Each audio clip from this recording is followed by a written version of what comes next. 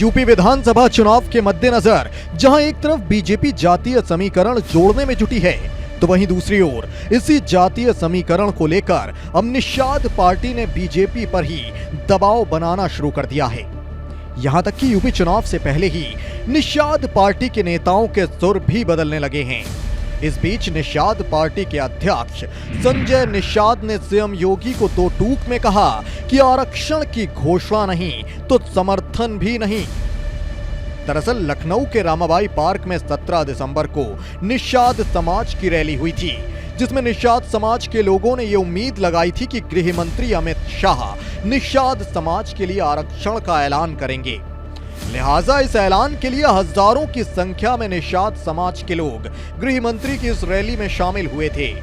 लेकिन निषाद समाज की ये उम्मीद धरी की धरी रह गई, क्योंकि अमित शाह ने निषाद आरक्षण के लिए कोई भी ठोस आश्वासन नहीं दिया। इसके चलते अब निषाद समाज से लेकर बीजेपी की सहयोगी पार्टी के प्रमुख संजय निषाद नाराज हो गए।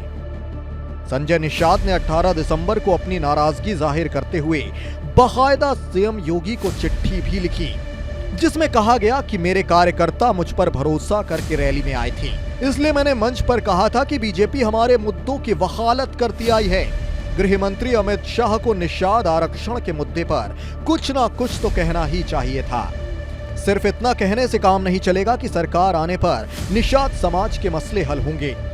पूरा निषाद समाज अमित शाह, सीएम योगी और मुझसे खुश था। अगर आरक्षण की घोषणा होती तो निश्चित ही 2022 में बीजेपी को समाज का पूरा समर्थन मिलता, मगर ऐसा नहीं हुआ। इसलिए अब समाज के लोग कह रहे हैं कि आरक्षण नहीं तो वोट नहीं।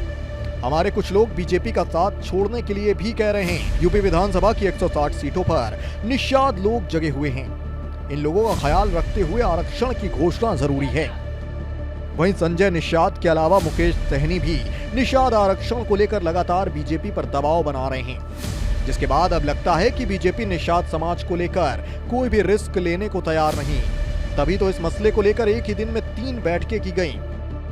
बता दें कि यूपी में निषाद समाज को अनुसूचित जाति में शामिल कर आरक्षण देने की मांग लंबे वक्त से उठ रही है, लेकिन अब बिना आरक्षण के समर्थन नहीं देने की बात कहकर संजय निषाद ने बीजेपी को 2 राहों पर लाकर खड़ा कर दिया है। क्योंकि अगर बीजेपी सरकार निषाद समाज की जातियों को अनुसूचित जाति में शामिल कराने का कदम उठाती है तो पहले से शामिल दलित जातियों की नाराजगी बढ़ सकती है।